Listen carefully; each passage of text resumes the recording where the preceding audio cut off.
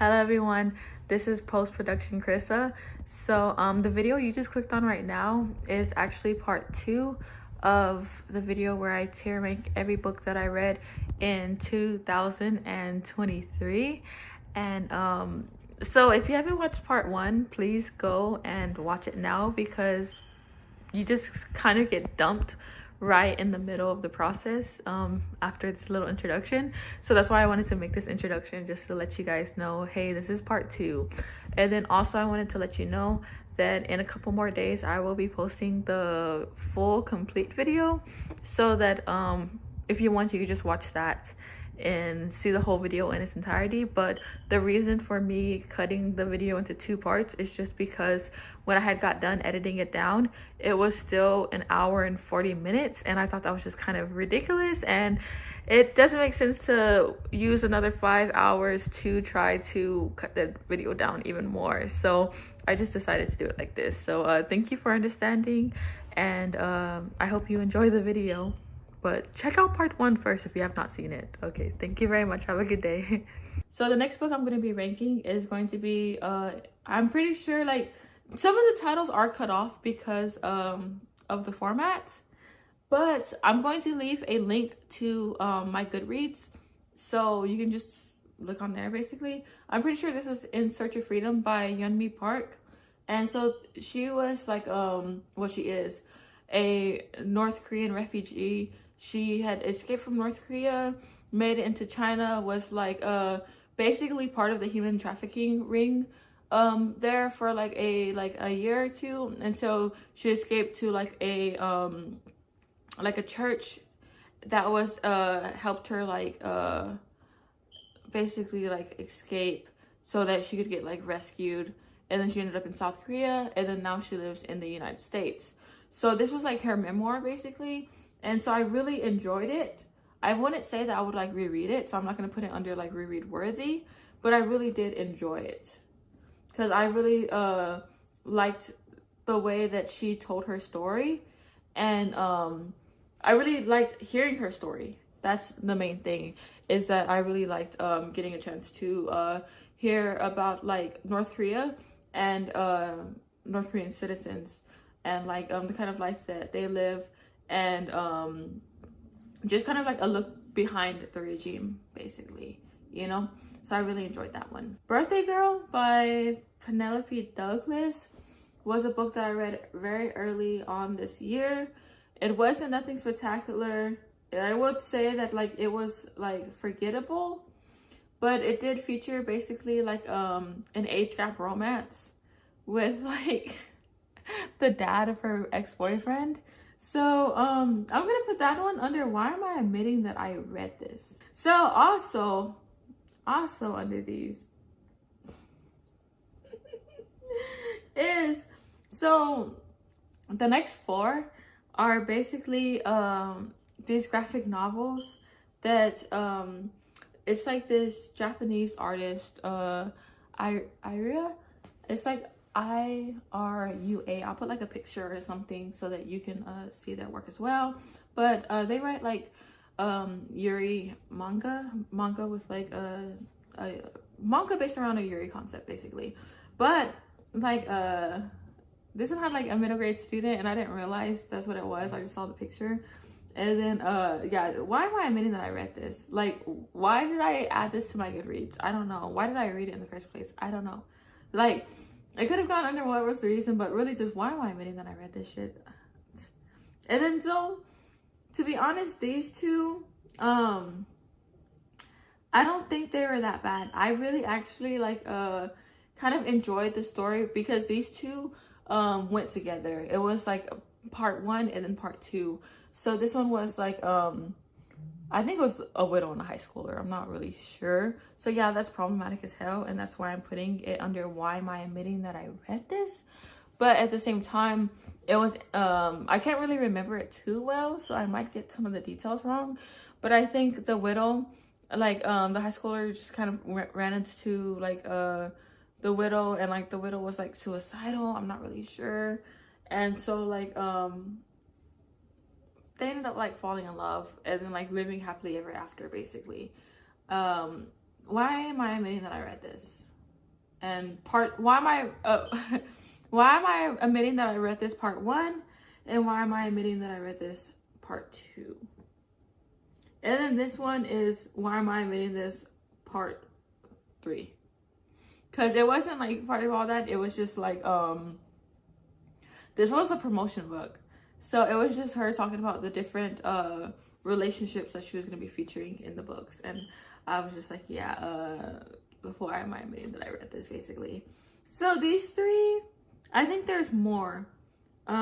These are part of the census. Because I'm pretty sure there's 5 of them. I don't know if I don't think I've talked about it. There were 5 of them, so maybe I just didn't, yeah, there was 5 of them. I want to say there was 5 of them. Oh, it's right here. So these 5, okay, yeah. So these 5 books, they're like Comixology's originals, and they're available through Kindle Unlimited. And so there are only 5 of them available whenever I was reading the series. I don't know how many there are now. And while it wasn't like a terrible series, I actually kind of like enjoyed it. That's why I did read the 5 that are available then.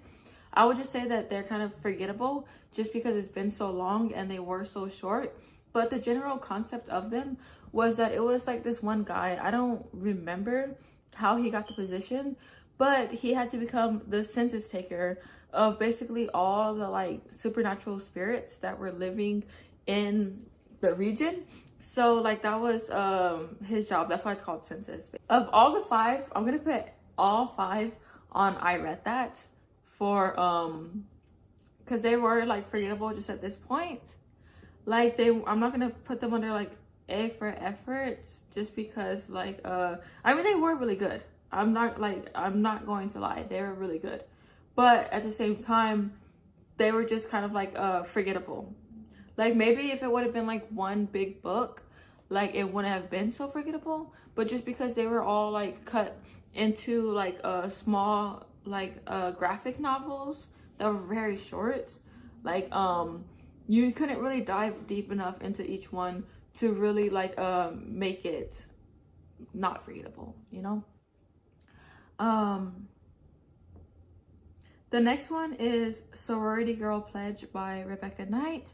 So obviously, I'm gonna put this one under It Gave with the other ones. So all of her books, like they accomplish what she does set out to do because they are like erotic, shorts.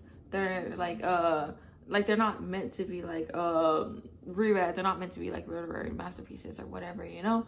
But like they're for people who want spice, and so they have that. It gives what it's supposed to give, basically, you know. So that's why I put it under It Gave. But that's why I do have to draw the distinction between the short works that she has and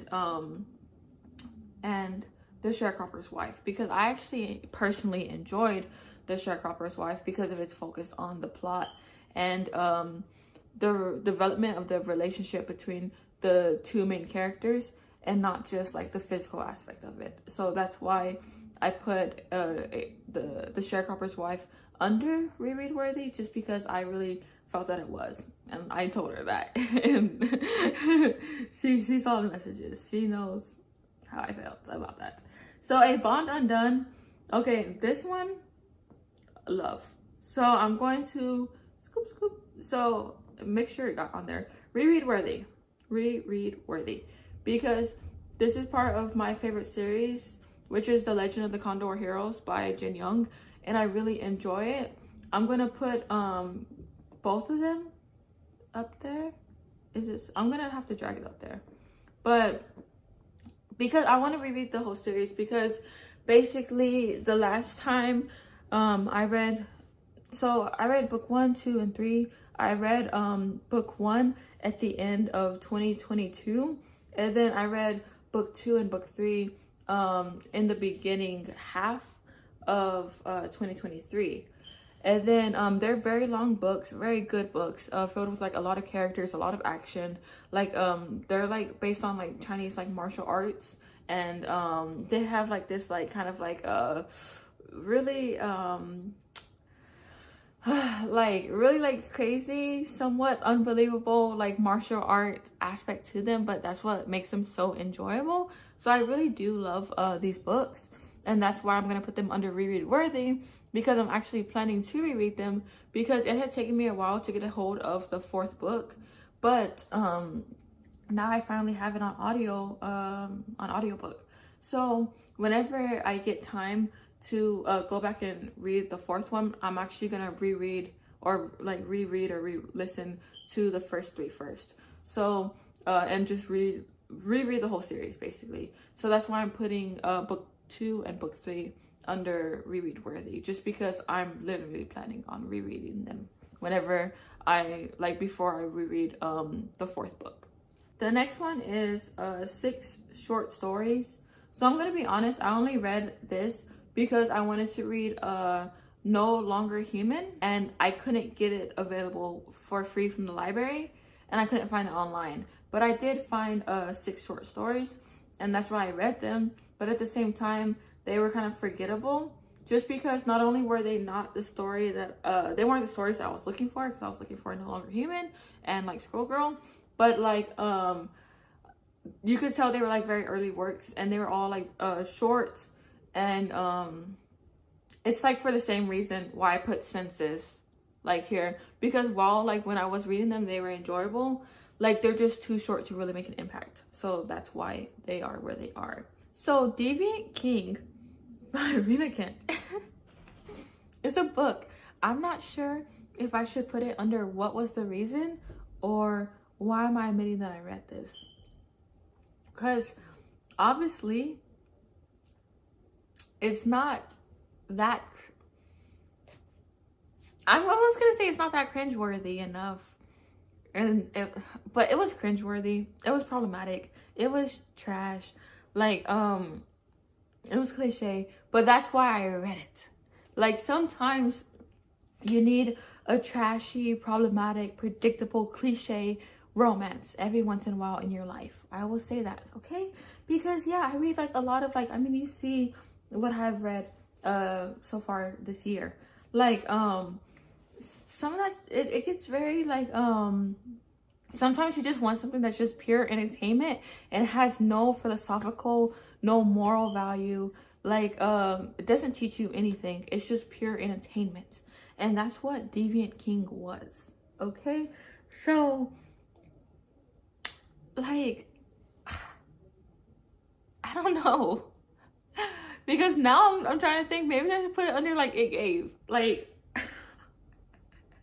because even though, yeah, it was all those things that I said, it was very problematic, it was trashy, it was predictable, it was like suspend your feminism at the door, please. Like before you like read this book, like leave your self-worth, your self-esteem at the door, because that does not exist in this.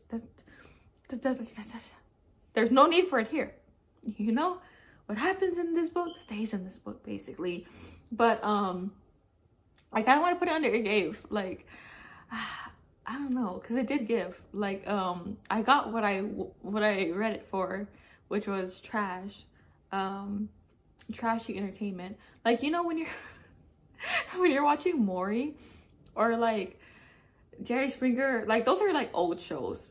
But like when you're watching that and you know you're watching it to watch some like trash, like it's messed up to say like trash people, but to watch like people who should learn how to make better life choices, like so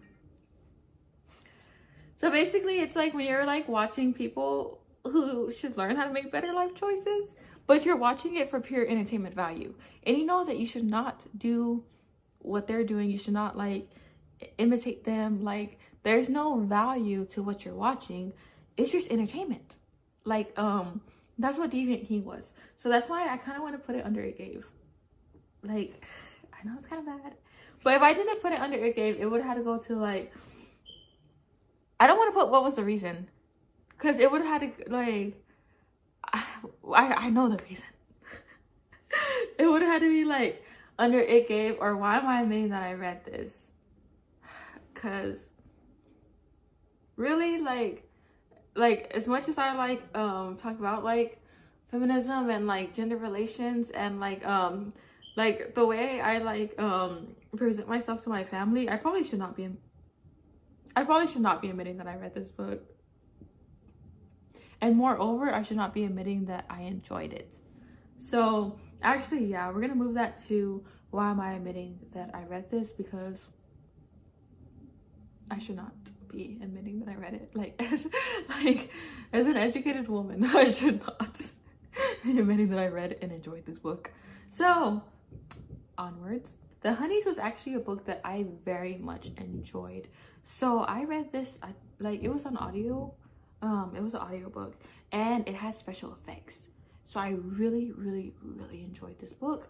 I will say that there was one thing. I'm not gonna like say what it was, but there was one little thing that kept me from giving it like 5 stars. So it was like a 4.5, 4.8. But so I wouldn't say that it's like reread worthy, but I'm gonna put it under it gave, because it literally gave. Like I really enjoyed the Honeys.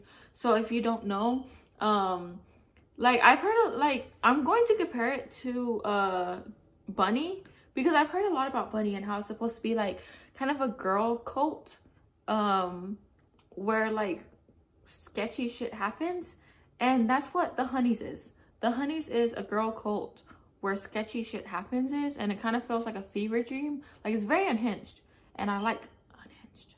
So like I would kind of say that it is like Bunny, even though I haven't read Bunny, but it's what I would imagine Bunny to be like, but better. The main character's sister like kind of goes crazy and tries to kill the main character, and then the sister ends up dying.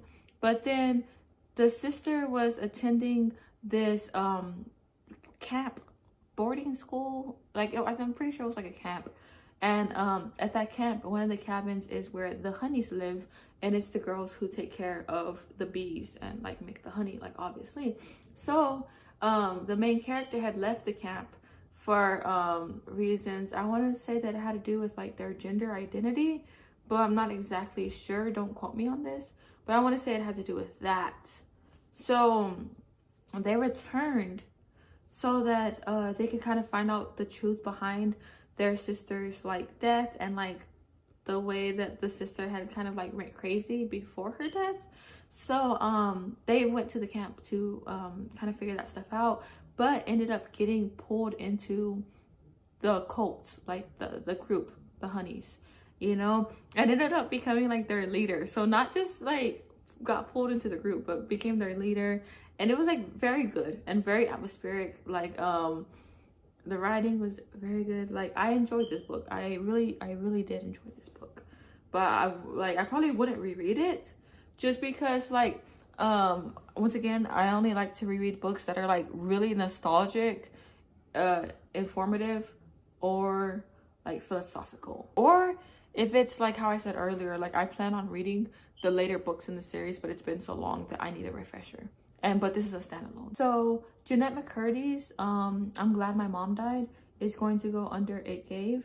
So it's basically her memoir about like her childhood and growing up, and like her time as a child star, and like as an actor, and her relationship with her mother, and how that affected the way she viewed herself. So I actually included this book on the best books of 2023. So I talked about it a little bit more on there. So for the sake of time, I'm not gonna go into like detail about it, but I'm gonna put it under It Gave. Rickshaw Girl. So that's like another book that I read because I like the cultural aspect of it. So it is like set in, I wanna say, India, about this girl who, it's very kind of forgettable, so I'm kind of gonna put it under I read that, because while it was good, I kind of did forget the main aspect of the main plot.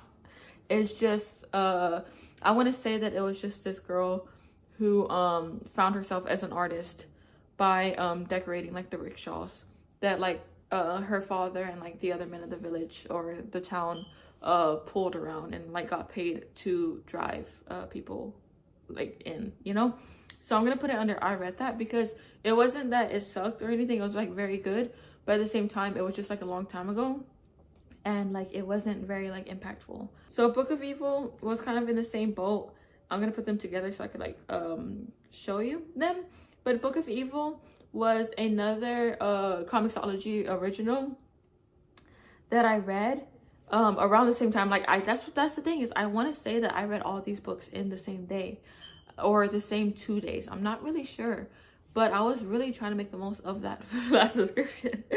I kind of want to put them under I read that, because while I remembered the main aspect of senses, I don't even remember what Book of Evil was about. I want to say it might have been like a dystopian world, but I'm not even really sure. So that's why I'm just putting both of them under I read that, because if I didn't have them on Goodreads, I literally would not have even known I read them. So the next book I'm going to be talking about is The Poppy War. So The Poppy War is one of the books that I enjoyed the most from my 2023 reads. Obviously, it's also one of those books where like the character is, I wouldn't even say a morally gray character. Like, we know the character is fucking nuts and does a lot of war crimes and makes terrible, not maybe terrible decisions, but it's just like, yeah, maybe terrible decisions. I mean, war crimes are terrible decisions, but I was there for it. So this one, I mean, I'm gonna put it under, I want to make sure it got there. I'm gonna put it under reread worthy, because I'm planning on finishing the series this year in 2024. So I want to put it in reread worthy, because I do plan on rereading it in the future. Like 30 years, there's gonna be like college students writing like dissertations on the Poppy War series, and like what it says about society, and what it says about like our like, and what it says about our reaction maybe, or our society's perspective of war, you know. I think that's like a deep dive that could be done into the Poppy War. And yeah, I liked it for the historical and cultural aspects of it, because like I did read it right after I had taken a China and Revolution class, so I saw like a lot of the similarities between sorry, I'm gonna search my audio, between the class, the stuff I was learning in the class, and the story. So I enjoyed it even more because of that aspect of it. But like obviously like I'm not gonna say Rin was a saint. Like, that's kind of the point of the story, is that she's not. And when you live in a world like the world of the Poppy War, I don't think there is any saints. I don't think it's not an environment where you can kind of be a good person. So I think it's kind of understandable why Rin is how she is. But A Perfect Crime, what was the reason? Like, what was the reason? Like, what was the reason? So I talked about this book in my worst reads of 2023 book. So I don't want to go into detail about it, because I already know this video is going to be long as hell. But if you want to know why I hate this book so much, you can go check out that video. But just know that this book, there's no point. Like, I just want to say there's no point in reading this book. So I want to know, what was the reason for writing it? Like, that's it. That's it. So the next book I'm going to be doing is The 6 Deaths of the Saint. Whenever I first read this book, like before I read it, there was like all this hype about it online, and that like, oh, like 30 pages destroyed me. Like, no, not me. So the next book I'm going to talk about, actually, I'm not even going to talk about it. It's just going straight to why am I admitting that I read this. The next book is The Astonishing Adventures of Fanboy and Goth Girl. So this was another book that I never would have actually read if I wasn't forced to, like, because it was the only book I had brought with me whenever I went to my grandma's house. And so I literally kind of had to start it. And then once I started it, I found out it was actually like a really interesting book. So I wouldn't say it was reread worthy, but I would just say it gave. But so The Astonishing Adventures of Fanboy and Goth Girl, it's just like there's two parts to it. I only read the first book, but it's just kind of like these two like outcasts find each other and become friends. And the main character is this guy who really wants to be like a comic book artist. And then so through his like friendship with the girl, he actually goes and meets his comic book hero. But it also kind of beats in the point that you should never meet your idols because you're always going to be disappointed. But yeah, that's all I could really remember. Like maybe I should put it under like I read that, because really like that's all I remember about the plot. But I remember I did like it when I read it. Next is going to be Unbreakable by Cami Garcia.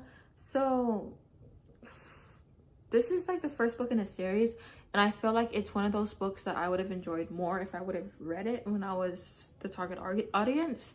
So you can tell it's like a YA, like it's a YA, like a supernatural romance,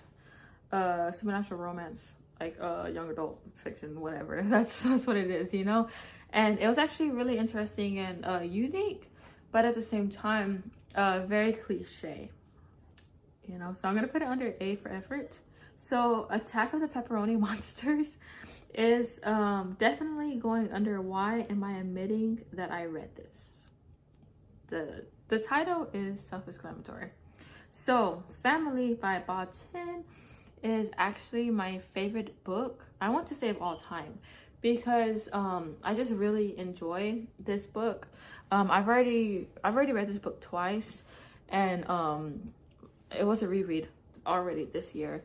So I'm gonna put it under, well, I had to put it right here so that I could drag it up, but I'm gonna put it under reread worthy just because I really love this book and I plan on rereading it every year from now on, you know.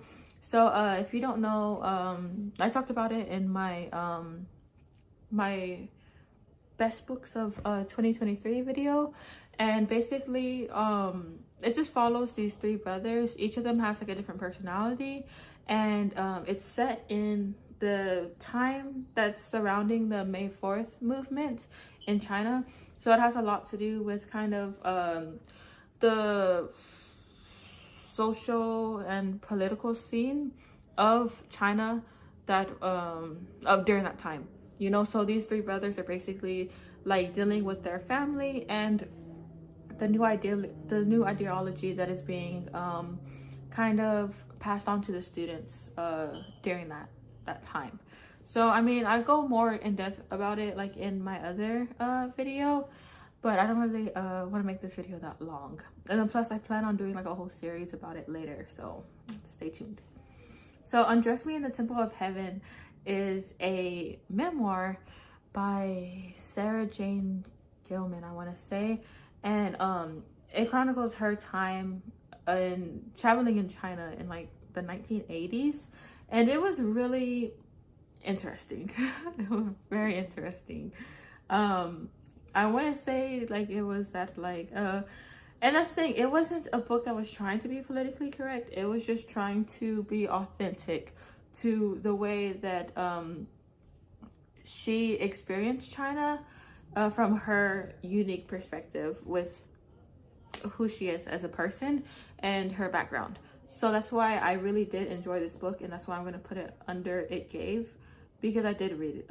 I did enjoy it when I was reading it, and it was a very good book. Tender is the Flesh is a book that kind of I feel like everyone has heard about at this point. The basic summary is that in the future, like, all the animals get this kind of virus, so then basically all the animals get killed, and there's still this need for meat, so the only meat around is humans.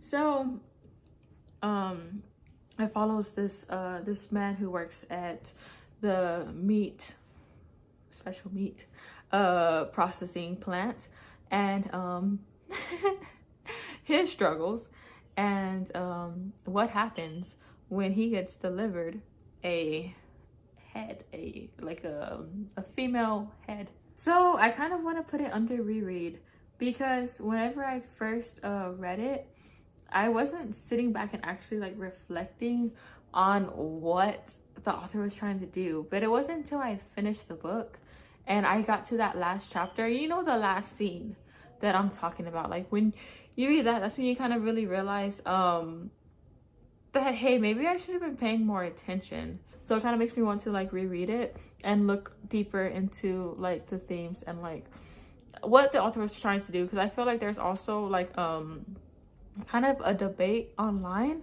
about what the author was talking about, like if they're kind of promoting like veganism or what. In my opinion, I didn't feel like the author was promoting like veganism by like because you know how they're always trying to like, I want to say, humanize animals in order to make you want to be a vegetarian. Like they'll show you a picture of a cow and be like, oh, does this look like food? Like just because it's not, like the cow isn't in food form, it's like alive, it's breathing. Or there'll be like the billboards, they're like, where's the line of what's food and what's pet, you know? So you'll have like cats and dogs, and then it'll be a pig, and then chicken, and like, you know. So I don't think the author was really going there with it. I think it might have been more to do with class and how easy it is to kind of other a certain group of humans as long as it benefits the elite, and the elite can influence the majority to think the same. So that's kind of more the way I think that the author was going about it, in my opinion. But that's why I would like to reread it and come up with an argument and evidence, like textual evidence, to kind of support that claim. So we might see a video like that in the future, but as of right now, I don't know when. So Sinless was, I feel like just like Unbreakable, I feel like it was a book that I would have enjoyed more if I would have been younger, just because, again, it is a very unique concept, but it is also a bit cliche, and the main character is a bit infuriating. And maybe when I was younger, like the main character wouldn't have seemed so dumb and annoying, but now that I'm older, like it's just annoying. So I'm gonna put A for effort, because like there really was I feel like a good story there and a good concept there. It's just kind of like the execution and the main character that kind of ruined it for me. So The Islamic Antichrist is a book that I read at the start of this year for research purposes, for a project that I'm working on. So I kind of want to put it under why am I admitting that I read this, not only because this is a secret project, but also just because like it has the potential to be like, the book was low-key problematic, but whenever I was reading it, I was looking at it from like a research point of view. But like in reading it, I kind of discovered, okay, this is kind of problematic, so, and very biased. So I'm just gonna put it under why am I admitting that I read this. And Of Mice and Men, so I really enjoyed Of Mice and Men, and I thought it was a really good book. I have a separate video on Of Mice and Men, but it won't be uploaded by the time that I put this one up. So you just have to keep an eye out for it if you are interested. But I want to put this under It Gave, because I'm not planning on rereading Of Mice and Men anytime soon. Not this year, maybe not even next year. So I mean, I would say that it is reread worthy, but currently I don't have a plan to do so. The Strange Library. The Strange Library, I know that I'm going to put it right here where it belongs, and what was the reason. So I just want to know, what was the reason for writing this book? And that's it. Like I talk about it a little bit on the worst books of 2023. That's why I don't want to get too much into it, because I already know how long this video is about to be. But this book just like low-key pissed me off, just because like it didn't piss me off, it just confused me. Just literally confused me, because I was just like, it's so short, you know, but I was just trying to like read it and just like grasp the meaning of it, but really I just could not figure it out. So I don't know if like if it's me or if it's the book. The Housemaid, for sure I want to put It Gave, because I read this bitch in one day. Like I want to say 1 or 2 sittings. Like I think I did have to stop in order to like cook dinner, but after I finished I went right back to reading it, you know, because like it was just, it's a thriller, you know, it's like a thriller, but it's very interesting. And like I don't read many thrillers, so that's why like whenever it comes to like YA, like I can say, oh, this is very cliche, this is predictable, because I've read so many that I kind of know the formula for a YA book. But I haven't read many thrillers like at all. It follows this girl who has or this woman, I don't know what you want to call her, but she's a woman who has been released from prison for doing something that's prison worthy, and basically is looking for a job. And then she gets a job in this household, and then there's something wrong with one of them. So it's kind of like a psychological thriller in a sense, just because the one you think is the bad guy isn't really the bad guy. So I think I don't want to spoil it, but it did surprise me, because I was not expecting the twist. The plot twist, I was not expecting it. So that's why I'm gonna put it under It Gave, because as a thriller it had me. So The Secret Keeper is by Matali Perkins. I want to say it's not the only book by her on this list. I did like this book when I read it. I remember liking the book whenever I read it, and it's another like kind of cultural book that kind of has a lot of like, it's a book that has a lot of cultural elements, like so I did like it, and I do think that it's a good book, like to recommend. But at the same time, I'm kind of struggling to remember a lot of the plot, so I kind of want to put it under I read that, because I know I read this book, but I just don't know what it was really about. Like I'm pretty sure it was about this main character who was this girl, and next door there was a neighbor boy that she was like falling in love with, but at the same time she was like, her family was very strict and conservative, so she was also like battling like that and trying to express herself. And then like there's also an arranged marriage situation, to where the boy should start I don't want to like I don't want to spoil it, but I can't remember like really the ending, but that's like the main gist of it. This one I had to read it. I did have to read this book, but I'm going to put it under why am I admitting that I read this book. So Blue Exorcist, this is another one that I read in the period that like I didn't have my phone, because then I had I didn't add Black Butler. Black Butler was a book that I read this year as well, because I had three mangas.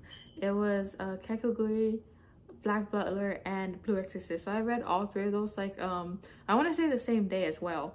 So I'm gonna put it under I read that, because apparently I forgot I read Black Butler. Black Butler should be like right here, like under I read that, because these are the books that I love the series, like the anime of.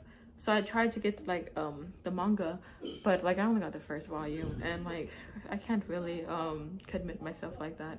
So The Switch by Nia Arthurs is a book that follows, it's like a friends to lovers. So these 2 people, it's a boy and a girl, they have been best friends for like years, and then I think there's like a fake dating situation.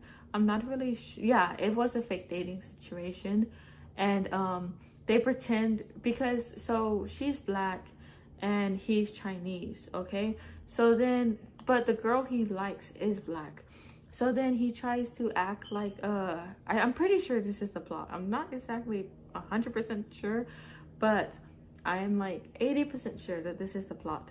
So like, since he likes this black girl, like, I don't know if he suggested or if she suggests it, but they start fake dating because the family already knows her. So I think their line of thought is that they will be more accepting of like a interracial relationship if it's someone they already know and like, which is her. But then obviously, like, I don't want to spoil it, but if it's friends to lovers, you already know. Like, it says it on the picture. It literally says friends to lovers.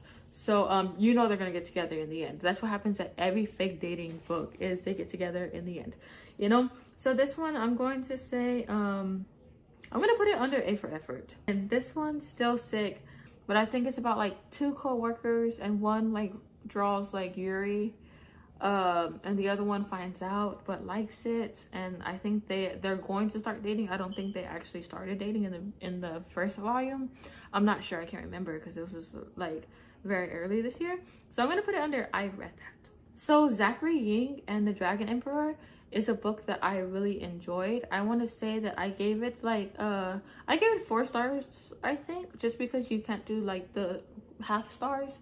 But I would have gave it like 4.8 because I really enjoyed it. There was just one aspect of the book that I didn't like that much, but like it was still very good, and like you're able to read around it. Like it doesn't really matter. But this one, I would say that it's read worthy, just because I really liked the book, and I'm waiting for book 2.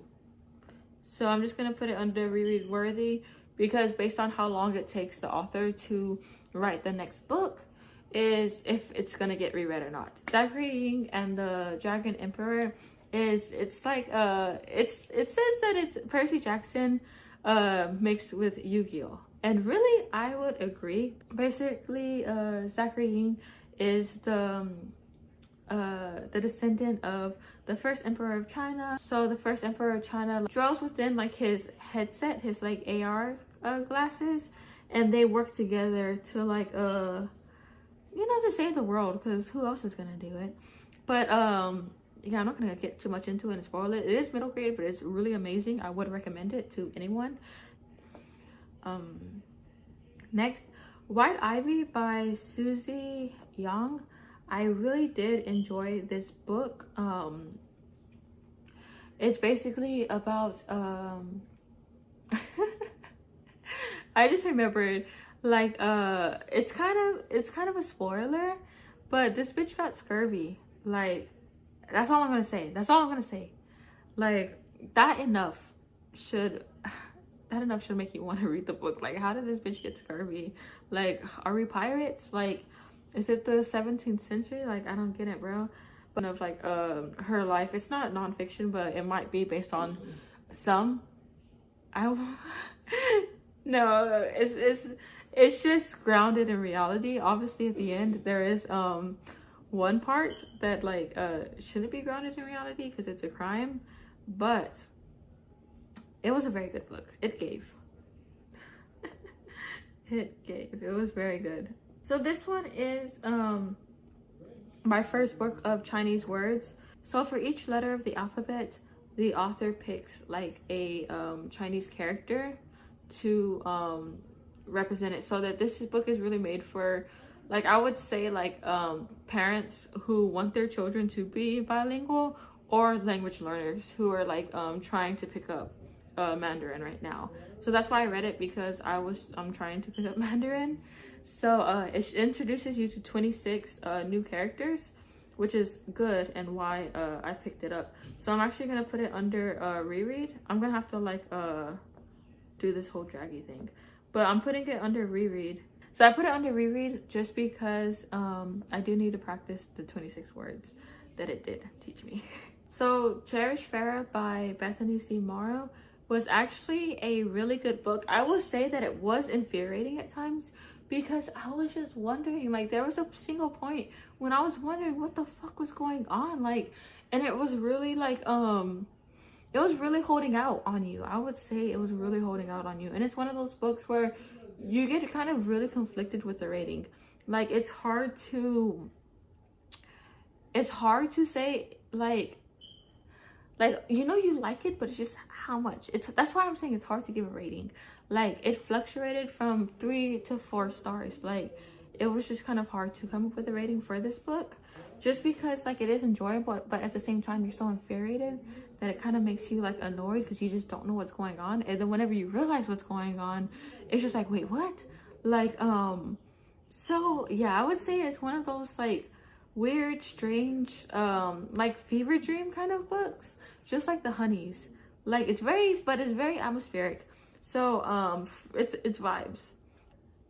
I'm gonna put it under It Gave. Like, really, if you had to think about it that hard, you know. But yeah, that was.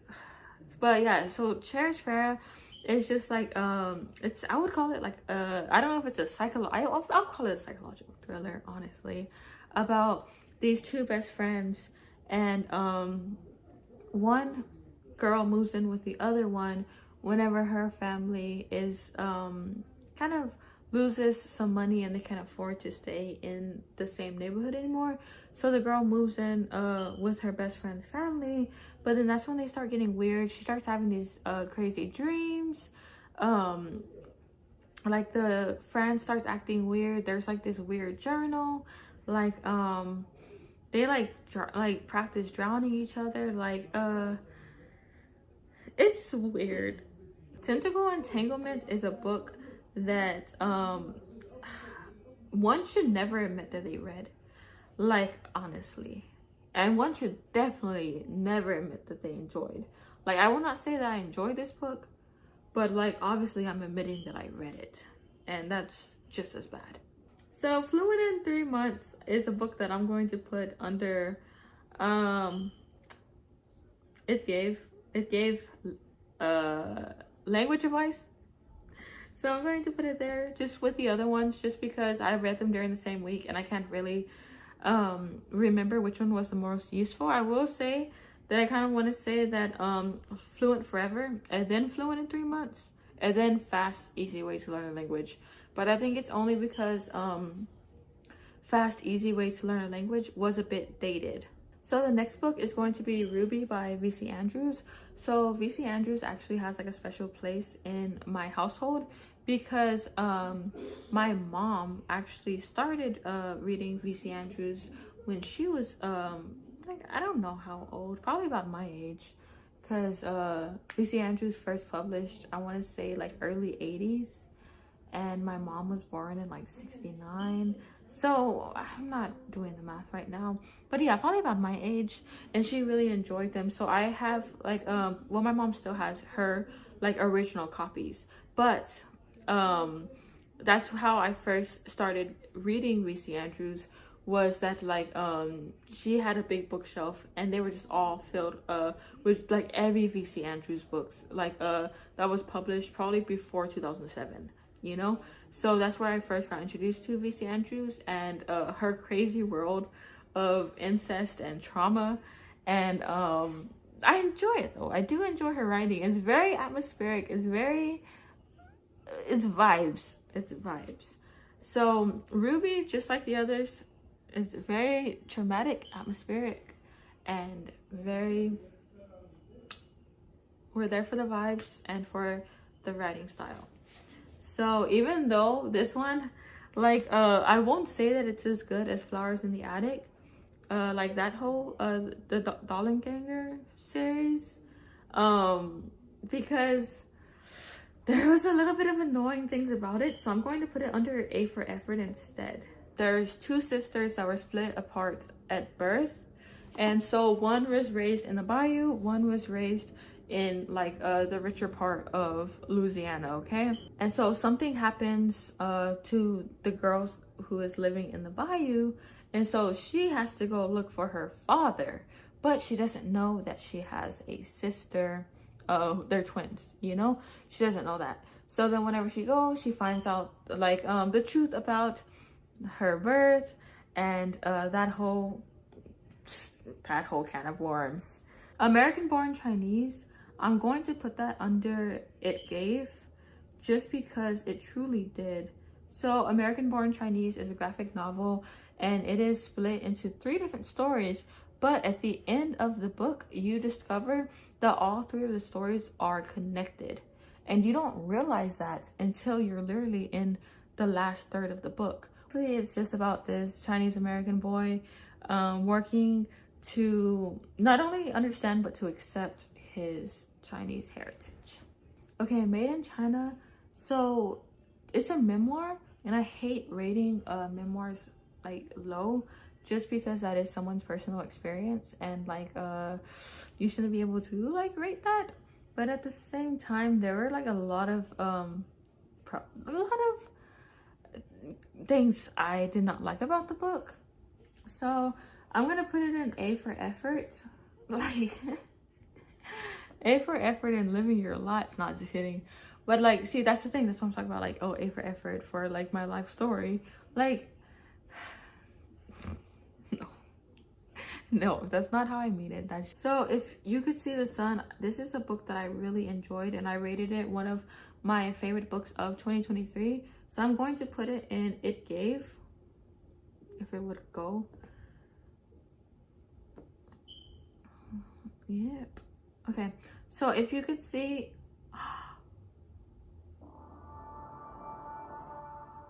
who am I? Did I Sure you wanna know? just do that? Wait. Bro. I'm gonna be extremely pissed.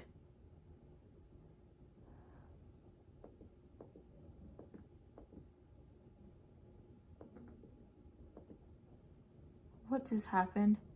Please tell me it just opened up somewhere else. Okay, let me see.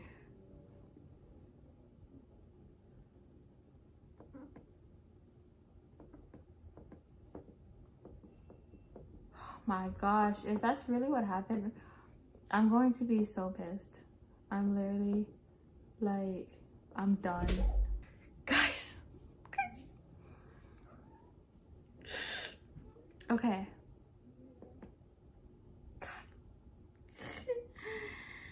Oh my goodness. So, okay, what I'm going to do, because I'm not sure if you guys just all witnessed what just happened.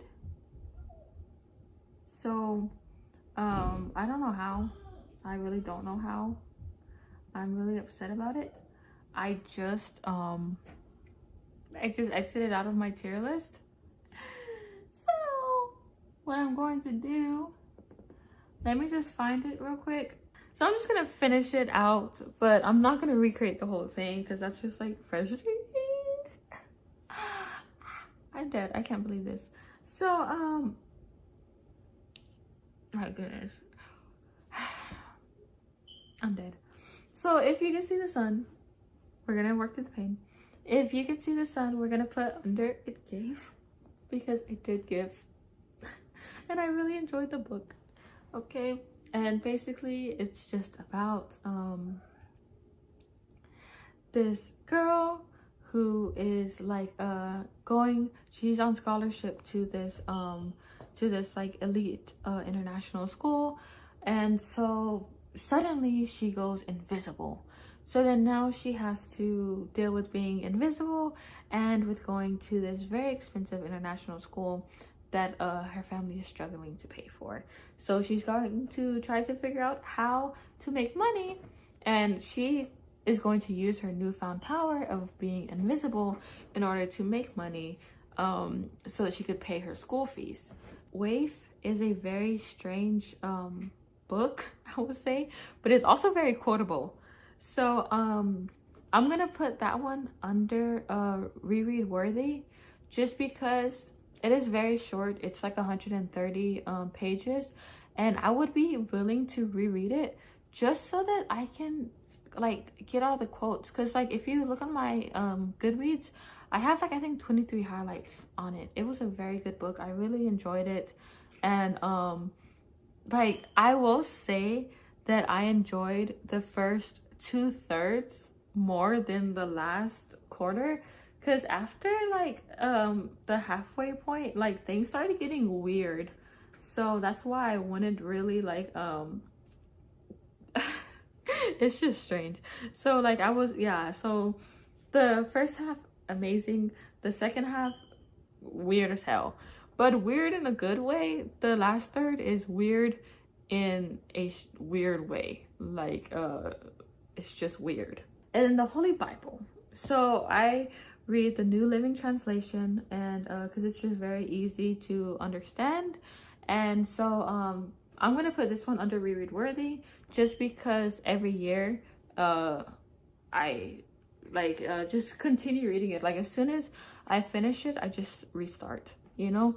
So that's why I have that's why I'm going to put it under, or I would, if my tier didn't mess up, I would put it under under reread worthy, just because I'm just gonna continue to do it. I read like a chapter every morning, so it does take like a while to get through the whole entire like book, the whole entire Bible, but it is worthy of being reread over and over. And then lastly, not lastly, two more left. So this one is Very Pretty by me. It is my book, but it is terrible. Very cringe. Like I mean, if you like to cringe, I would recommend this book, but I'm going to put it under reread worthy, just because every once in a while, whenever I do get in my feelings, I reread it. Lastly, I'm going to put Virginia Woolf, A Room of One's Own, under reread worthy, because this was my last book of the year and I did really enjoy it, and I think there's a lot to be said about the book. And I'm actually planning on doing like a series talking about the book and like the different themes that I saw in it. So that's why I'm putting it under reread worthy, just because I think it has a lot of important things to say. So that's it. I'm sorry about the little technical difficulties that I had at the end, and I didn't get to like finish the tier ranking all of the way, but like we could just imagine how it would have looked. But thank you for like being here and just like watching the whole entire video, because I'm pretty sure that it's been going on for a while at this point. So I'm gonna try to edit it down and see like how short I can get it, but I don't think so. But anyways, have a good day.